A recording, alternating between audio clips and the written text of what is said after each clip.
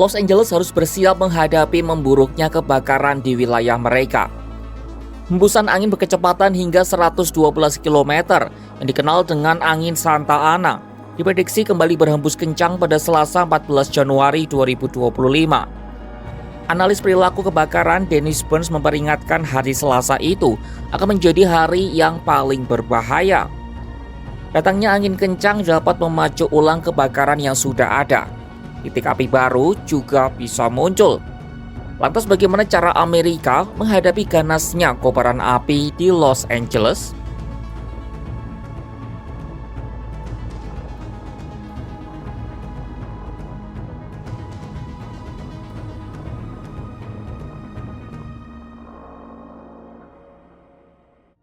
Tim pemadam kebakaran Los Angeles sadar betul akan bahaya mengancam pada hari Selasa 14 Januari 2025. Badan Cuaca Nasional mengeluarkan peringatan tanda bahaya untuk kondisi kebakaran hingga Rabu 15 Januari 2025. Mereka memprediksi hembusan angin kencang dapat mencapai 113 km per jam. Kepala Padang Kebakaran Los Angeles, Kristen Crowley, menyebut pihaknya berfokus pada dua hal, yakni membendung kebakaran dan menyelamatkan nyawa serta melindungi properti. Ia juga memastikan pihaknya siap dengan ancaman angin kencang Santa Ana. Right now, at least from the LEFD side, we're focused on two things: containing the fires and saving lives and protecting property. With the impending winds, we got to pay really close attention to this. This wind event is approaching us, and it's approaching us very quickly.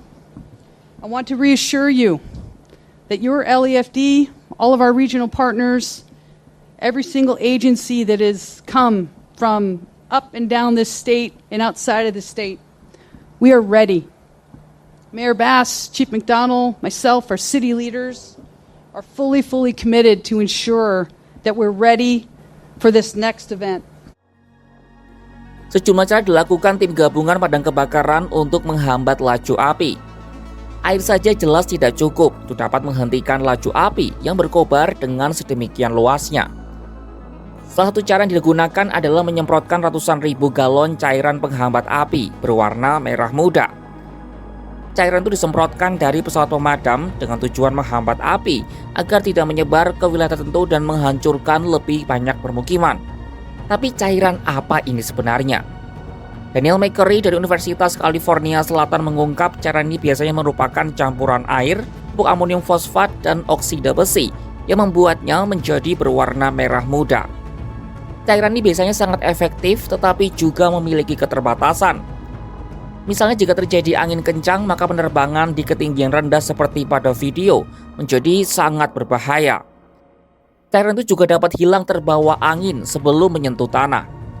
Zat ini secara umum dianggap aman bagi manusia, tetapi banyak yang mengkhawatirkan dampaknya terhadap satwa liar. Karena itulah Dinas Kehutanan Amerika melarang penggunaan cairan penghambat api di atas perairan dan habitat spesies yang terancam punah, kecuali jika nyawa manusia atau keselamatan publik terancam.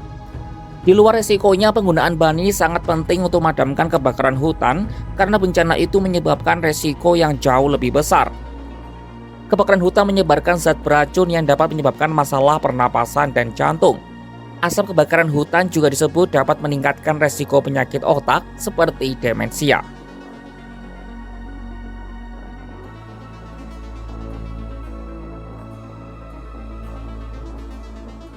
Meski sudah berupaya sekuat tenaga, realitas di lapangan menunjukkan upaya penanganan kebakaran masih jauh dari kata selesai. Padahal lebih dari 14.000 personel pemadam kebakaran dari Amerika Serikat, Meksiko, dan Kanada sudah datang untuk berjibaku dengan api. Mereka mengerahkan hampir 1.400 mobil pemadam kebakaran, 84 pesawat, dan sejumlah helikopter. Saat video ini dibuat pada Selasa 14 Januari 2025, api di Lydia, Kenneth, Archer, dan Sunset sudah berhasil dikendalikan. Tetapi kebakaran pertama di Palisade belum kunjung padam. Dikutip dari Cal Fire, baru 14% kebakaran di Palisade yang sudah tertangani. Sementara kebakaran terbesar kedua di Eaton baru dipadamkan sebanyak 33%. Akibatnya korban jiwa pun terus bertambah. Kebakaran di Palisade dan Iten total menewaskan 24 warga, sementara sedikitnya 16 orang hilang. Sedangkan lebih dari 12.000 bangunan hangus terbakar. Sekitar 50.000 orang berada di bawah perintah evakuasi, dengan lebih dari 700 warga berlindung di 9 tempat penampungan. Lalu melihat situasi yang diperkirakan memburuk akibat angin kencang, 70 mobil pemadam kebakaran tambahan telah tiba di lokasi. Ahli meteorologi Rick Thompson prediksi cuaca akan berubah secara drastis menjelang akhir pekan. Ada kemungkinan kembalinya angin laut yang sejuk, suhu yang lebih dingin, dan kelembapan yang lebih tinggi.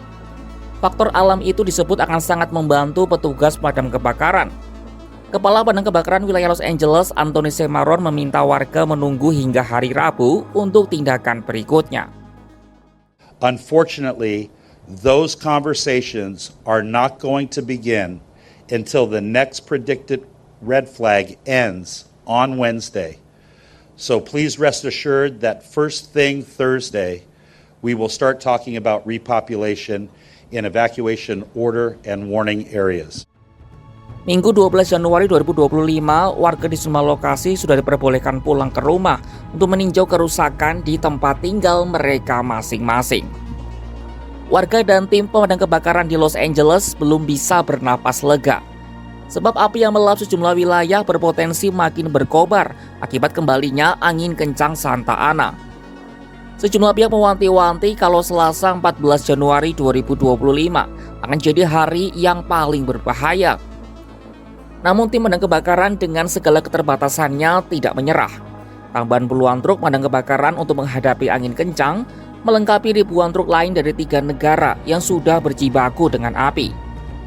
Mereka pun menyemprotkan cairan penghambat api untuk mencegah api merambat dan menghanguskan lebih banyak permukiman.